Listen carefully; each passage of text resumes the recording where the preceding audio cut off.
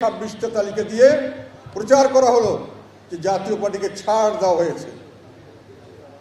বাস্তবে কোনো ছাড় দেওয়া হয় নাই। 10-15 জন খুব ভালো ক্যান্ডিডেট আছে যারা ফেয়ার নির্বাচনে পাশ করতে পারবে, তাদের তালিকা নাম ঢোকাতে হবে।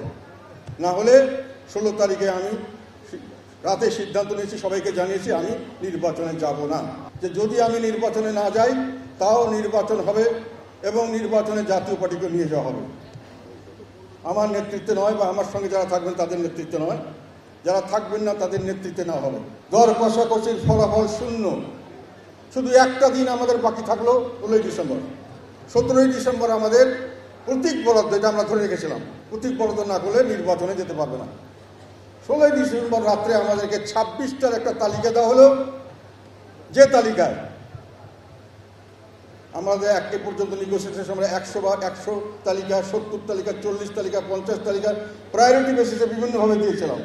এগুলোর কোনো বরাদ না করে নিজের ইচ্ছায় যেখানে যেখানে আমাদের ওখান থেকে কিছু নিয়েছে, যেখানে যার যেরকমভাবে মনে হয়েছে তার 26টা তালিকা, এবং পরিষ্কার বলে দিল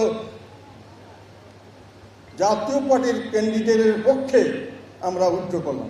সেখানে জাতীয় পার্টির ক্যান্ডিডেট ছাড়াও আওয়ামী লীগের আরও ক্যান্ডিডেট ছিলেন, বেশিরভাগ জায়গায়, শুধু 2টো জায়গায় ছাড়া বোধহয়, এবং শক্তিশালী ক্যান্ডিডেট ছিল আওয়ামী লীগ এবং অন্যান্য দলের ক্যান্ডিডেট ছিল। এবং অনেক ক্ষেত্রেই স্পষ্ট আমরা বুঝতে পেরেছিলাম যেটা হয় আওয়ামী লীগের লোককে জেতানোর জন্য, অথবা তাদের নির্বাচিত আরেকজন আওয়ামী লীগের বাইরের লোককে নির্বাচনের জন্য তারা এই তালিকা করেছে। সেই 26টা তালিকা দিয়ে প্রচার করা হলো যে জাতীয় পার্টিকে ছাড় দেওয়া হয়েছে। বাস্তবে কোনো ছাড় দেওয়া হয় নাই। দল কষাকষি না করার কথা ছিল যে আমরা নির্বাচনে আসবো, নির্বাচন আবার সুষ্ঠু হতে হবে। নির্বাচনে প্রশাসন দলীয় কর্মীর মতো ব্যবহার করবে না, আইন শৃঙ্খলা রক্ষাকারী বাহিনী এবং নির্বাচনের সঙ্গে জড়িত ব্যক্তিরা দলীয় কর্মীর মতো কাজ করবে না। তারা বলেছিলেন আমরা একটাই শুধু সুবিধা দিতে পারি, আমাদের নৌকা মার্কা বা আমাদের দলীয় প্রতীক থাকবে না, তাহলে দলীয়করণ হবে না, আমরা বাকিটা নিশ্চিত করব। আমি এই কথাতে কনভিন্স ছিলাম না, তথাপি আমরা রিস্ক নিতে চেয়েছিলাম। কিন্তু 26টা তালিকা দেওয়ার পরে আমি বলেছি আমাদের অন্তত পক্ষে রানিং এমপি সহ আরও 10-15 জন খুব ভালো ক্যান্ডিডেট আছে যারা ফেয়ার নির্বাচনে পাশ করতে পারবে, তাদের তালিকাও নাম ঢোকাতে হবে। না হলে 16 তারিখে আমি রাতে সিদ্ধান্ত নিয়েছি, সবাইকে জানিয়েছি আমি নির্বাচনে যাব না। 17 তারিখে সকালে আমি নির্বাচন থেকে সরে আসার জন্য আমি সমস্ত প্রস্তুতি নিয়েছিলাম। তারপরে চাপ আসলো সরাসরি এবং প্রত্যক্ষ এবং পরোক্ষ, যে যদি আমি নির্বাচনে না যাই তাও নির্বাচন হবে এবং নির্বাচনে জাতীয় পার্টিকে নিয়ে যাওয়া হবে। আমার নেতৃত্বে নয় বা আমার সঙ্গে যারা থাকবেন তাদের নেতৃত্বে নয়, যারা থাকবেন না তাদের নেতৃত্বে না হবে।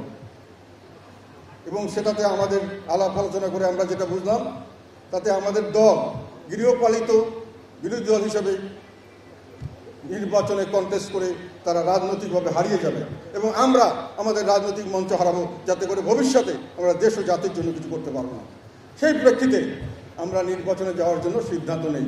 তখন আমি বলেছিলাম আরও 10 থেকে 15টা আমাদেরকে নৌকা মার্কা উঠিয়ে দিন এবং আমাদেরকে নিশ্চিত করুন যে সব জায়গায় নির্বাচন হবে অত্যন্ত সুষ্ঠু এবং নিরপেক্ষ।